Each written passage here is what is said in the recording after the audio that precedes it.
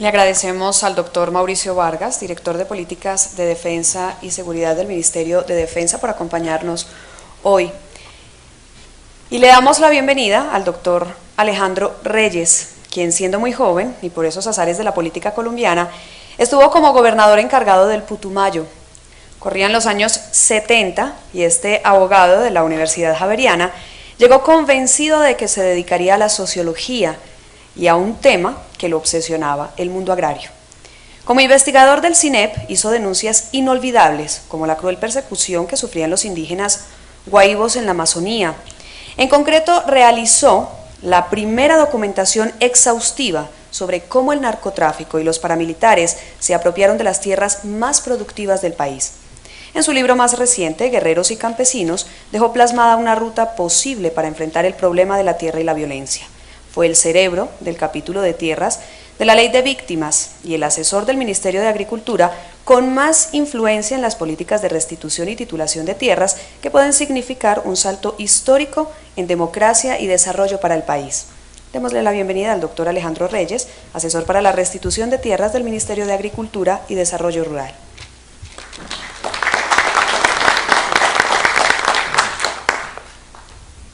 Muchísimas gracias por esta invitación, muy buenos días.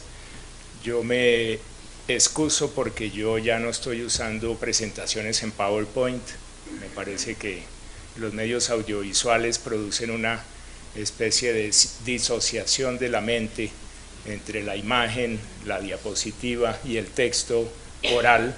Entonces yo estoy de nuevo reivindicando como la importancia de la concentración mental en la palabra, en el argumento, y si uno no es capaz de hacer un diagrama mental, entonces perdió uno el objetivo de la exposición. Dicho esto y ofrecidas mis excusas, quisiera presentar un marco general según como yo lo veo del problema que estamos enfrentando en este momento en la historia colombiana.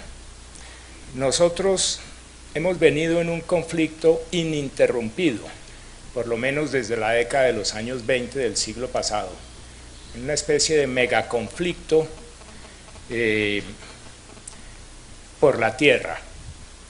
El año 36, cuando se hizo la reforma constitucional, y como resultado de ella la ley 200 de ese año, se intentó resolver ese megaconflicto que en ese momento consistía y sigue consistiendo hoy día en una lucha entre el hacha y el papel sellado, es decir, en una lucha entre la ocupación material y la apropiación material de la tierra por parte del campesinado colombiano, que ha ocupado inicialmente todos los espacios fértiles y luego crecientemente los espacios cada vez más inadecuados de zonas selváticas, de montañas, de páramos. Y por otro lado, la apropiación legal, formal, titulada e inscrita de la propiedad. Y los dos procesos en raras ocasiones han coincidido. El secreto verdadero de la acumulación de capital de las élites regionales en tierras, por razones básicamente rentistas y no productivas. El secreto de esa acumulación ha sido, como contrapartida, la negligencia, descuido, inercia, pereza del Estado para reconocer y formalizar y titular la propiedad campesina. Entonces, en la historia colombiana reciente, de por lo menos del último siglo, hemos ido ocupando el territorio con campesinos que van desmontando barbechos y selvas, abriendo áreas productivas, sembrando sus cultivos de pan coger, y luego viene un proceso social a continuación que consiste en la compra de derechos de los campesinos, o sea, la compra de mejoras, para ir convirtiéndolas rápidamente en títulos de propiedad e ir apropiándose de la tierra. Tenemos entonces ocupación campesina y apropiación extensiva de la tierra, dos procesos concurrentes, conflictivos. En muchas ocasiones de la historia nuestra ha habido rebeliones campesinas, ha habido intentos de los campesinos por retener la posesión de tierras contra los propietarios extensivos que intentan expulsarlos de las haciendas. Cuando se intentó remediar esta situación a mediados de los años 60 y el presidente Lleras Restrepo se dio cuenta que estaba fracasando su reforma agraria de la ley 135 por resistencia de los grandes propietarios, resistencias políticas en el Congreso y resistencias de hecho en las regiones, intentó acelerar la reforma agraria e hizo aprobar la ley primera del 68. Esa ley primera lo que pretendía era entregar la propiedad de la tierra a los arrendatarios y a parceros, que eran la forma predominante de vinculación de los campesinos a la tierra en las grandes haciendas de las regiones ampliamente extensivas como la costa atlántica, los valles interandinos, el piedemonte de la cordillera oriental en los llanos. Pero especialmente en la costa atlántica predominaban los arriendos y aparcerías. Y el presidente Lleras cometió la imprudencia de intentar acelerar la reforma agraria y ofreció entregarle a los arrendatarios y aparceros las tierras que ocupaban. La respuesta de la gran hacienda costeña fue instantánea. En menos de un año fueron cancelados los contratos de arriendo de la inmensa mayoría de los campesinos. Y ya en el año 68, cuando el gobierno quiso crear una fuerza política campesina en apoyo de la reforma agraria y se organizó la Asociación Nacional de Usuarios Campesinos, esa asociación se llenó de población campesina que se afilió rápidamente, creando en ese momento el movimiento campesino más grande de América Latina, con cerca de 1 millón de afiliados, y la explicación de fondo de por qué se llenó de gente ese marco formal de organización que Lleras estableció desde el Ministerio de Agricultura, es que teníamos una inmensa masa campesina recién expulsada de las haciendas, que se acumulaba en los caseríos, especialmente en la costa, sin ninguna fuente de ingresos, sin empleo ni ofertas de recursos de ninguna naturaleza en los pueblos. Por lo tanto, teníamos una masa de población, por lo menos de 3 o 4 millones de personas, que fueron súbitamente despojados de sus medios de subsistencia y tirados a las orillas de los caños, de los caminos y en los pequeños pueblos de la costa, sin servicios, ni infraestructura, ni vivienda, ni ningún tipo de facilidades. Eso es lo que explica la enorme fuerza que tomó el movimiento campesino en los años 70. Era un intento de los campesinos por regresar a la tierra de la que acababan de ser expulsados. Era un esfuerzo sincronizado de retorno. Y eso fueron las invasiones de haciendas. Las invasiones los campesinos las llamaban recuperaciones. Y literalmente eran recuperaciones de las pequeñas parcelas de las que acababan de ser expulsados. El arreglo que permitió construir las grandes haciendas ganaderas de la costa fue el arriendo por pastos, que consistía en que el campesino cultivaba 2 años su pan coger, con la obligación de dejar esa área sembrada en pastos y seguir tumbando barbecho más adentro hasta cuando completaba la construcción de los potreros de las fincas. Cuando terminaba ese proceso, el campesino ya sobraba, ya no necesitaba estar económicamente vinculado a la hacienda, y entonces era población que se expulsaba. Esto, en síntesis, ha sido la historia de la ocupación del territorio colombiano, que ha producido 2 grandes consecuencias estructurales. La primera es lo que en estos días el informe de desarrollo humano que se lanza hoy está divulgando, la grandísima concentración de la propiedad de la tierra en Colombia. Un índice Gini de 0.87, 1% de los propietarios, alrededor de 50% de la extensión de la tierra en Colombia.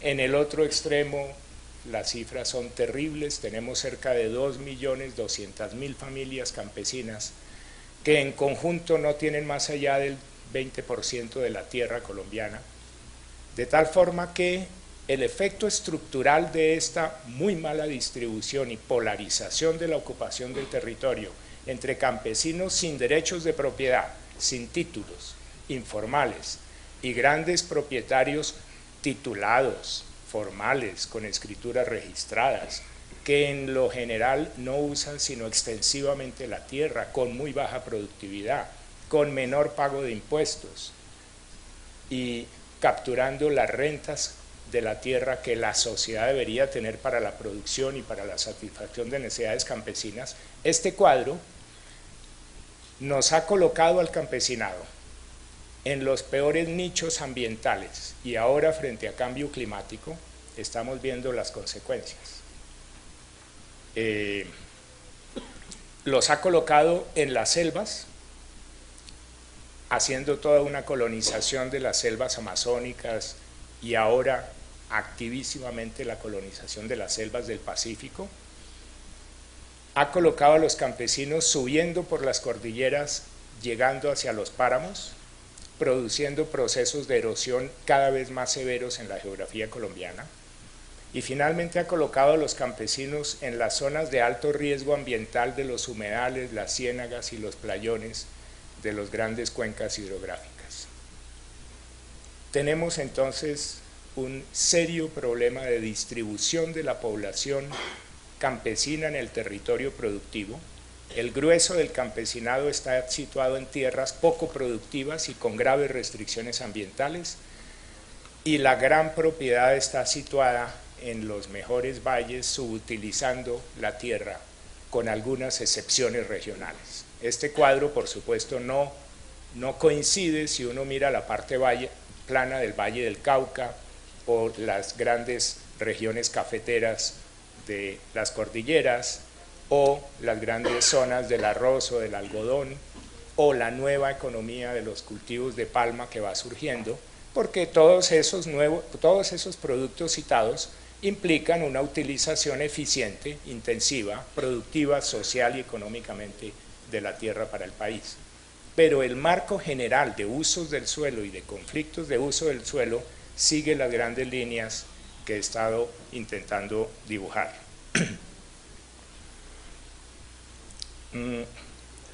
Entonces, el fenómeno que nos ocurrió en los últimos 30 años, de surgimiento de organizaciones armadas como guerrillas y luego paramilitares 10 años después, que comenzaron a ejercer dominios regionales muy claros sobre la población.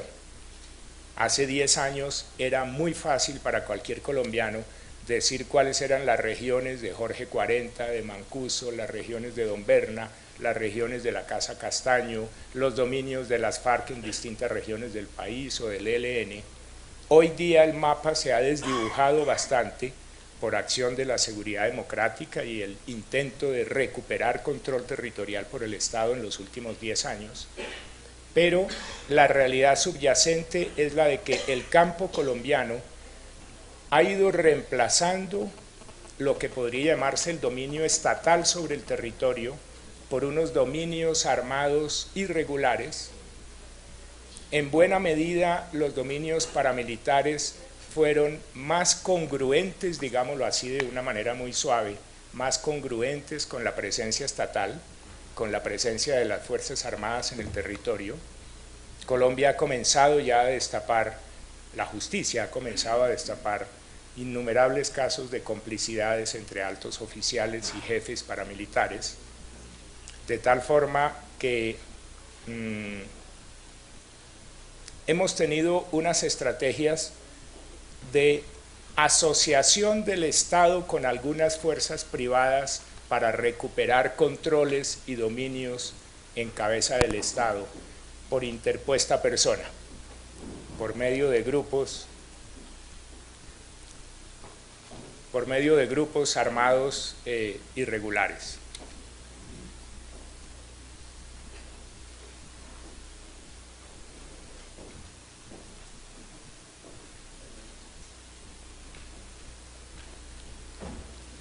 Hasta luego. No, tranquilo.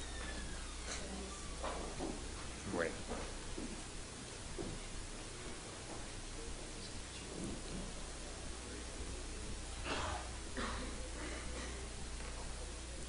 Este proceso que acabo de resumir permite entender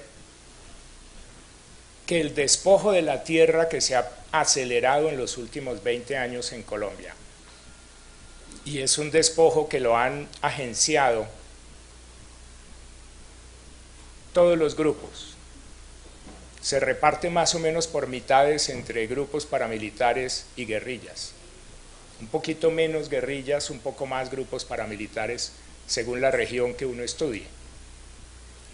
Pero este despojo no es incongruente, y esa es la primera tesis que quiero sostener, no es incongruente con lo que ha sido la tendencia histórica de apropiación formal de la tierra por grandes propietarios y de expulsión persistente y permanente de campesinos hacia nichos ambientales cada vez menos productivos, más distantes del mercado y por tanto también cada vez más distantes del Estado. Si uno mira todas las áreas que han sido de colonización en Colombia en los últimos 40 o 50 años, encuentra que desde mediados de los años 60, esas áreas de colonización se dieron su propia estructura política, en ausencia del Estado, lejos de las vías de comunicación de los jueces, de los fiscales, de las autoridades legales, se dieron su propia estructura política que comenzó a regular los derechos de propiedad sobre la tierra. En la diapositiva que nos mostró el expositor anterior del Ministerio de Defensa, se destacaba cómo las FARC tenían un plan de asignación de tierras, de distribución de la tierra a los campesinos en sus áreas de influencia. Pues claro, las FARC eran y siguen siendo la autoridad política, la estructura política primitiva, violenta, autoritaria, regida por sus propias normas internas y por el dominio de sus comandantes, pero de todas formas equivale a una estructura política que domina territorios y que regula las relaciones, los derechos, dirime los conflictos de la población en esos territorios. Si uno mira los dominios que tuvo Mancuso en el Catatumbo o Macaco en el Magdalena Medio, son exactamente lo mismo. Son una institución armada, autoritaria, de dominación sobre la población, que asignan o quitan derechos de propiedad, que cobra tributos, que establece unas normas de convivencia o de exclusión de determinados sectores de población y por lo tanto son unas estructuras que rivalizan en poder con la estructura de poder del Estado. El Estado en últimas es un sistema de dominación legal, organizada, legítima, que una sociedad se da a sí misma para regular los derechos, hacer justicia, cuidar la seguridad y el orden, y ese tipo de funciones esenciales las han cumplido en Colombia organizaciones privadas, tanto guerrillas como grupos paramilitares, y por lo tanto en sus áreas de dominio ellos colapsaron los derechos de propiedad, colapsaron el régimen de propiedad. Uno tiene que entender que hoy día todo el juicio que se hace contra los parapolíticos y el que comienza a insinuarse por los organismos de justicia contra los grandes propietarios y empresarios que colaboraron con los paramilitares, uno tiene que entender cuál fue el fenómeno que ocurrió en esas zonas. Por la tierra. El año 36, cuando se hizo la reforma constitucional y como resultado de ella la ley 200 de ese año, se intentó resolver ese megaconflicto que en ese momento consistía y sigue consistiendo hoy día en una lucha entre el hacha y el papel sellado, es decir, en una lucha entre la ocupación material y la apropiación material de la tierra por parte del campesinado colombiano, que ha ocupado inicialmente todos los espacios fértiles en la palabra, en el argumento, y si uno no es capaz de hacer un diagrama mental, entonces perdió uno el objetivo de la exposición. Dicho esto y ofrecidas mis excusas, quisiera presentar un marco general, según como yo lo veo, del problema que estamos enfrentando en este momento en la historia colombiana. Nosotros hemos venido en un conflicto ininterrumpido, por lo menos desde la década de los años 20 del siglo pasado, en una especie de megaconflicto que sufrían los indígenas guaíbos en la Amazonía. En concreto, realizó la primera documentación exhaustiva sobre cómo el narcotráfico y los paramilitares se apropiaron de las tierras más productivas del país. En su libro más reciente, Guerreros y Campesinos, dejó plasmada una ruta posible para enfrentar el problema de la tierra y la violencia. Fue el cerebro del capítulo de tierras de la Ley de Víctimas y el asesor del Ministerio de Agricultura con más influencia en las políticas de restitución y titulación de tierras que pueden significar un salto histórico en democracia y desarrollo para el país. Démosle la bienvenida al doctor Alejandro Reyes, asesor para la restitución de tierras del Ministerio de Agricultura y Desarrollo Rural.